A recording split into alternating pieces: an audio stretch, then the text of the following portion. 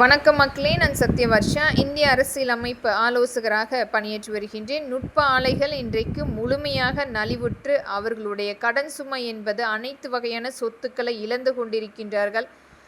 வங்கிகள் மற்றும் வீடுகள் அனைத்துமே பறிமுதல் செய்து கொண்டிருக்கின்றார்கள்.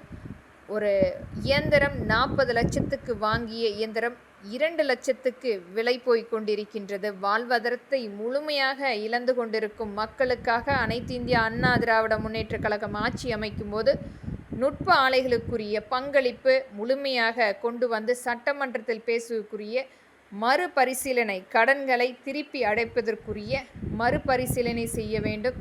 இன்றைக்கு முழுமையாக அவர்களுடைய வாழ்வாதாரத்தை இழந்து கொண்டிருக்கும் மக்களுக்குரிய முன்னுரிமை அளிக்க வேண்டும்.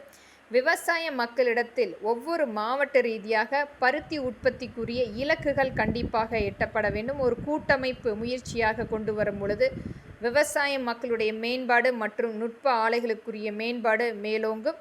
இதை அனைத்துமே வருகின்ற சட்டமன்ற தேர்தல் அடுத்து ஆட்சி அமைக்கின்ற அனைத்து இந்திய அண்ணா திராவிட முன்னேற்ற கழகம் இந்த கடன்களை அனைத்துமே மறுபரிசீலனை செய்து அம்மக்களுக்குரிய மேம்படுத்த வேண்டும் என்பது மக்களின் எளிய மகளாக இங்கு வேண்டுகோளாக பதிவு செய்கின்றேன். இது அம்மக்களுக்குரிய ஒரு பங்கீடாக இருந்தாலும் அதை சார்ந்து எத்தனையோ கூலி தொழிலாளி மக்கள் அவர்களுடைய வாழ்வாதாரத்தையும் இழந்து கொண்டிருக்கின்றார்கள். அதை சார்ந்து எத்தனையோ மக்கள் வாழ்ந்து கொண்டிருக்கின்றார்கள். விவசாய மக்களுடைய மேம்பாடு, நுட்ப ஆலைகளுடைய மேம்பாடு, கூலி தொழிலாளி மக்களுடைய மேம்பாடு அனைத்துமே இருக்கின்றது. இது அனைத்துமே அனைத்து இந்திய அண்ணா திராவிட முன்னேற்ற கழகம் பரிசீலனை செய்து அந்த கடனை கண்டிப்பாக அடைப்பதற்குரிய மறுபரிசீலனை செய்ய வேண்டும் என்பதை இங்கு பதிவிடுகின்றேன். நன்றி, வணக்கம்.